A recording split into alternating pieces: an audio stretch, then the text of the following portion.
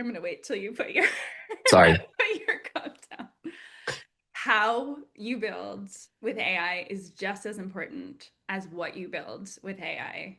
At least we think so at Of All Trades. I am Britt Gage, the founder of All Trades, and I'm really excited to be here with Steven Setzer, who wears many hats as part of the OAT team, including not limited to the Yankees hat. But one of the many hats he wears is being the head of AI ops. And so I'm really excited to talk about how we think about AI at OAT, how we think about bringing AI into your operations, what we do internally, and obviously what we do with clients and what we're seeing, honestly, being at the edge of this technology and building it onto teams.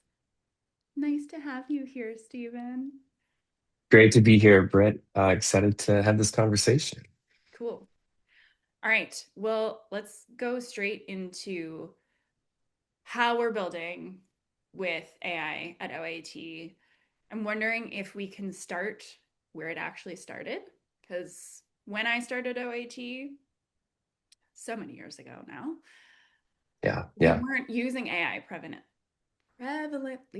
We weren't using AI prevalently. But now it's a core competency of what we do and how we do it. And you really led yeah, the charge with our team. So I'm curious if you can share just how we got started and how we started to think about it as a complement to the model and of new way of working and what we're already building.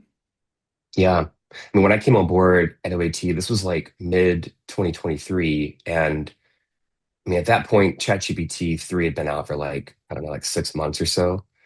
And I think we were all kind of like still wondering how we were going to, how this new sort of tool was going to interact with our lives.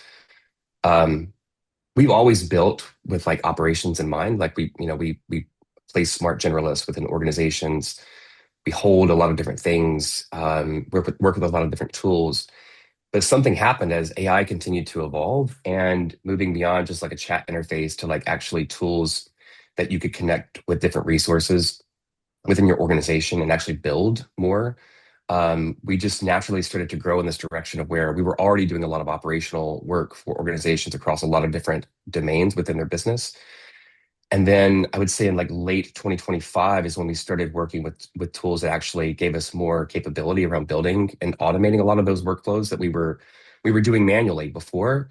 And so actually building for clients in a way that was automating workflows, and then like the more workflows that we would automate, then we would like layer up and sort of level up in terms of like orchestration. And this is around the time that like, agentic building really became a bit more of a thing. And so we had this sort of vibe coding era, and now we're moving in this direction of where it's more like like agentic engineering and like agentic orchestration.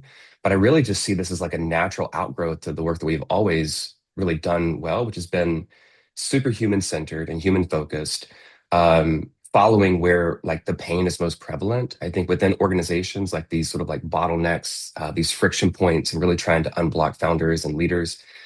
And then now moving in this direction of where we actually have additional members of the team that are that are non-human, right? But these little agents that we build and that we develop and that we maintain, and then also just like working with the teams and people alongside these agents to make sure that like we're all onboarded well, educated well, which is a lot of that like documentation work that again that like we've just been so effective at for so long, but now just like incorporating more agents into the mix, and so it just feels like kind of like a natural outgrowth and evolution to the work that we've always really done and done Totally. really well. Totally. And I think I always say this at OAT, we drink our own Kool-Aid.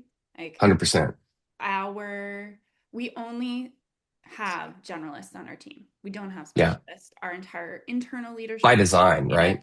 totally by design. That doesn't mean that specialists don't matter. We absolutely bring in specialists because the complement of generalists and specialists together is what makes any great organization go. But we have thoughtfully designed the early stages of our org chart by bringing generalists onto the team. And we've done that really successfully and grown dynamically because of it. And I think survived many chapters of the like early stage startup journey because we've been able to do that. Now we're doing the same thing with AI. And so Yeah. you've been really thoughtful about using OAT as our own AI sandbox before, like, testing and learning as a team before we would ever start to do this out in the world with clients. And I think that that's made us mini experts because we've already been learning by doing, and we can take Yeah. a lot of that expertise just naturally into the work that Yeah. we do onto team. Yeah. Yeah, totally. And I think that like, one of the things that we've learned in like just deploying it internally within our team and within our organization is just again how much like onboarding and education is required and understanding because even for people on our team who are, relatively technical, this is still very much the frontier. And so the way that we build, the things that we build are important. And we've got, a lot of examples around like different automations that we use, a platform that we built for our own internal operations. But the documentation around all of that, I think, has become, just as important as the ultimate end product that we've built is like the documentation and the onboarding, the education really like brings people on in a very like human-centered way so that people don't feel left behind. Because I think it is super easy because the tech is changing so rapidly to feel left behind. Like even after like 2 weeks, right? Totally. But the frontier is constantly moving forward at such a fast clip that Yeah. it's easy for people to feel lost and all of that, even for technical people. And I think that there is the LinkedIn marketing theater where you Yeah, see a lot of people posting about what this technology can do and what they've done with it, and the gap between yeah, what somebody is doing and what everybody else can do, or just then take mainstream media and so much of the fear that's coming up around this. Some of it understandably, but other parts shared with people who don't actually understand the technology, that like just the gap is so wide that yeah, we are learning by doing, and then hoping to not only do this work intentionally but share those learnings out as specialists in a way yeah, of this work. yeah, And so actually that leads me to something that I want to spend some real time on is, what is the difference between an AI consultant and an AI embedded operator? We are operators through and through. We are bringing this technology and building just like a consultant and an engineer, but in an entirely different way when we're saying like the how matters as much as the what. And right now, you have so many engineers, so many really technically adept people who know this technology and say, I can build you a workflow, I can build you an agent. Awesome, let me do that for you, and here you go. And so there's a lot of yeah, voice right now, and people are like, great, I can't do this, or I'm a founder that is technically adept, but I don't have the time for this. Let's do this. And then they're making that choice to have that AI technologist do this, and they're really unhappy with the results. And so I'm really excited to talk about the work yeah. that we've done and how we do it, and like the difference between those two things and people. Yeah, I think the framing here really matters because I think with a lot of AI consultancies now, the client would come and say like, "This is the thing that I want built." The consultancy would come in, sort of like, parachute in, build the thing, and then there's this idea that like, okay, you've got this thing, and now we're going to leave, and here you're left with it. But this is like new tech, and it's tech that has to be maintained, it has to be sort of managed. The models are always changing. So like, there has to be sort of like an ongoing relationship, I think, for this to be like really effectively rolled out and maintained within the organization.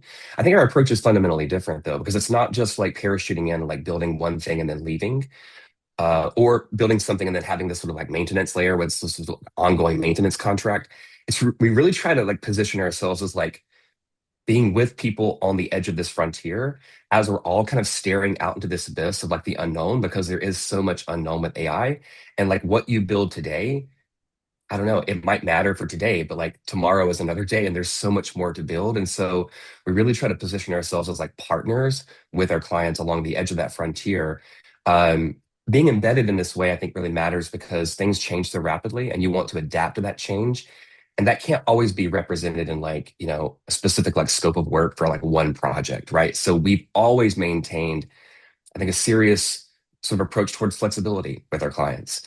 And we don't try to like lock them into like one thing. It's like, no, we're here for the long haul. We're here to like really help and to hold as we move forward together. And that's just something that I think a lot of AI consultancies miss. And that's why we do not position ourselves as an AI consultancy.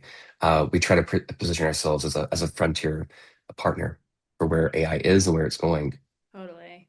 I I think you and I have talked a lot about, because there is this role that's emerging, kind of like the time of the the emergence of the product manager, right? Like Yeah, this happened over 10 years, but this role did not exist. And then it yeah, did because SaaS technology needed that shepherding. It needed that connection between the technology and the rest of the organization. And so it existed. And so now there's this thing, there's this new way of working that exists that we are stepping into. And what I think is really interesting is it's not just we are doing the work in a different way, but we're defining a new role. We're yeah, defining a new role that has existed and always existed outside of the traditional org chart, right? That's what the generalist is. But now it's going to become the new the new role that perhaps does sit functionally in the org chart. Nobody's doing it. Like, yeah, who needs to be doing it? Somebody needs to be doing it on yeah, the team. And we work with very technical founders who are building AI companies, and we're on their team because they don't have the time, like, to actually build that orchestration layer. They're expecting, understandably so, each individual functional specialist function who works within an organization to build the tools within that function, but they're not thinking about it, and they can't build it. They don't have the time. They shouldn't be yeah, across that, like across the way. Same thing with non-technical founders who don't necessarily understand this technology, but need it, like need yeah, it in a more meaningful way. yeah. I mean, there's a great example of this even with one of our clients currently, where we have members of the team who are building individual workflows that are really effective and are saving the organization a lot of time. But as you empower people on your team to like develop skills, to develop by skills, I'm talking about like specifically like agent skills. So if, the more you empower people on your team to develop their, their own agent skills for specific workflows, you can start to experience this like skill drift or like document drift. And like the more automation you build, like making sure that things are orchestrated in a way that like ties everything together so that you're actually making a lot of significant progress for the entire organization. So we ran into this even just like last week where we had essentially like a specific sort of heartbeat function, which is kind of like a la like OpenClaw for the organization that sort of just helps us to track a lot of different data points and serve up single reports that get pushed to Slack.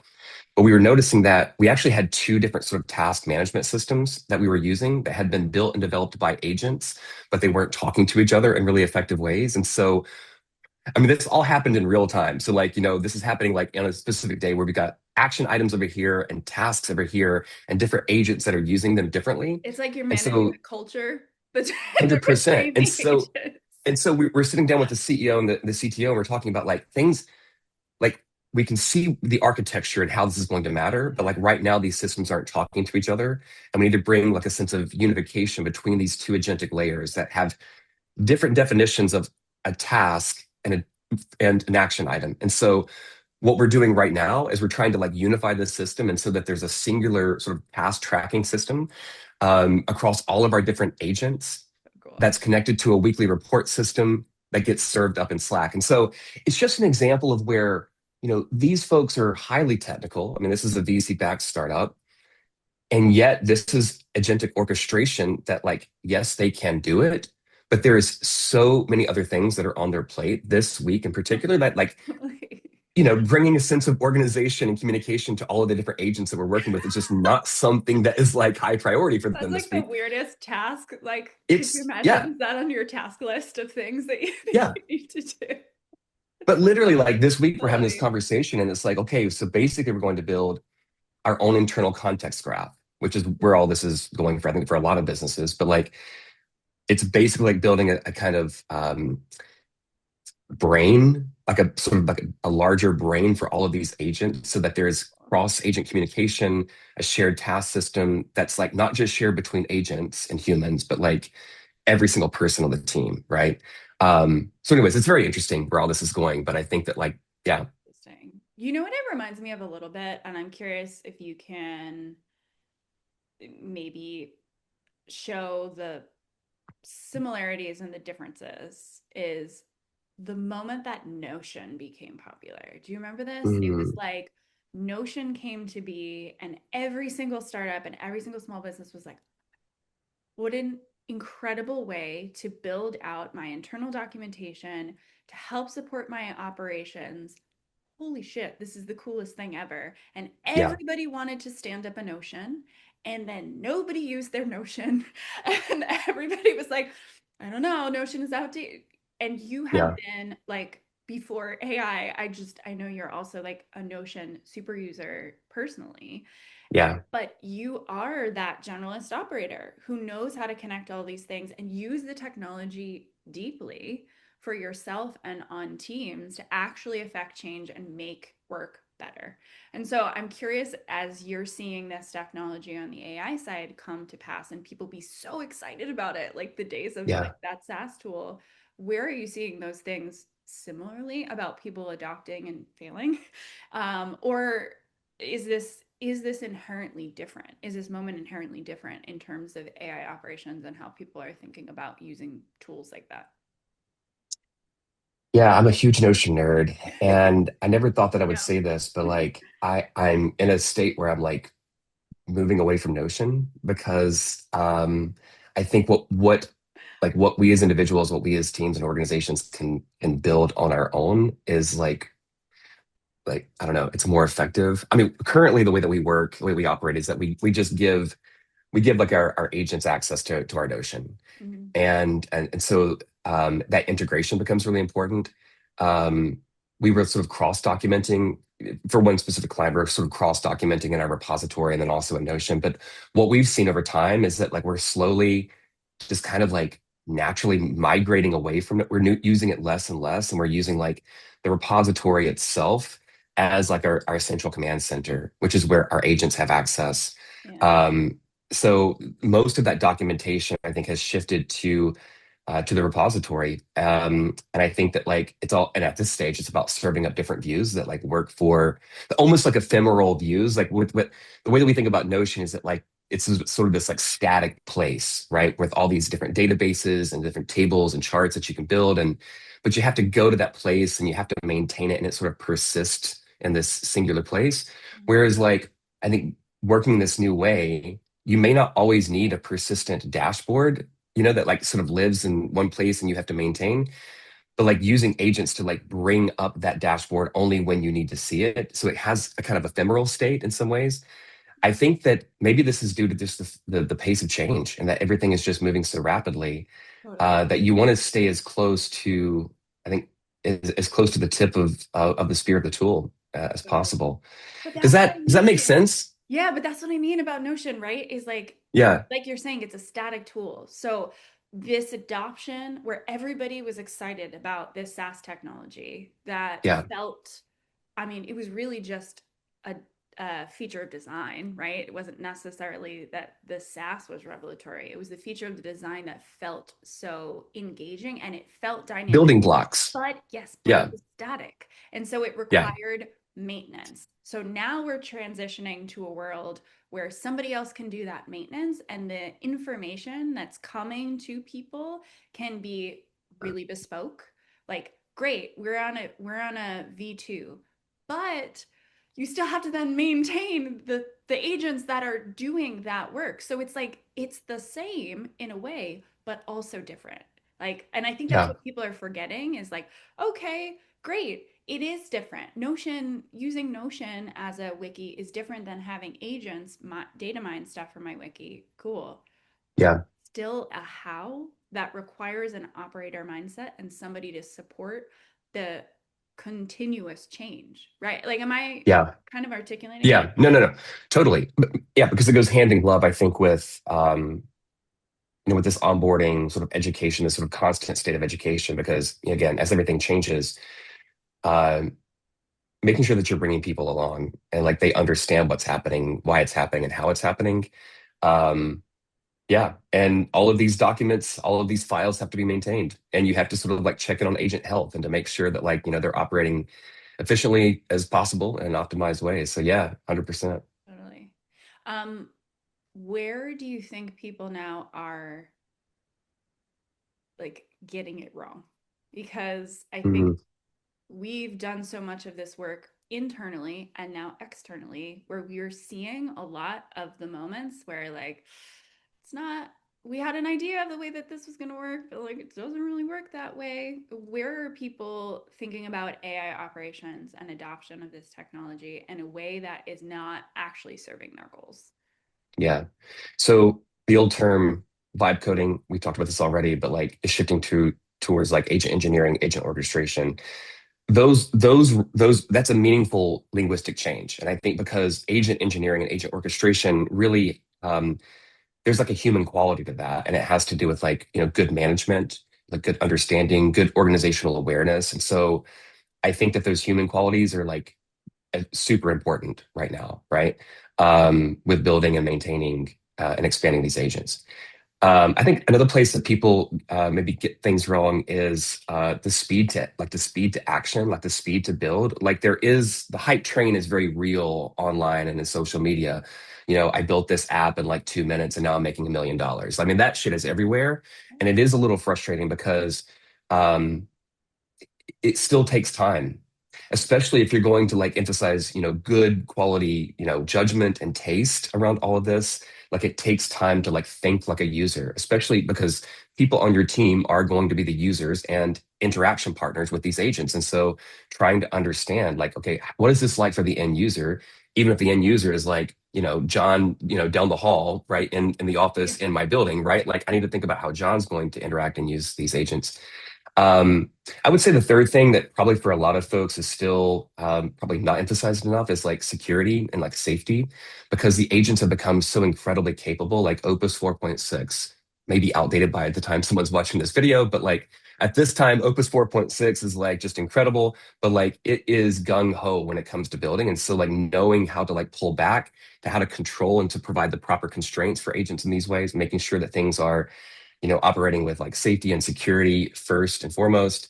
I think it's easy to take that for granted, even for like sophisticated engineering teams, as we saw with Amazon recently, where the agent went wild and it brought down the site in China. So, I think that like, yeah, that's a really important thing that may not get as much emphasis as it needs to get, especially with like early building teams. Yeah. I feel like we could talk about this forever.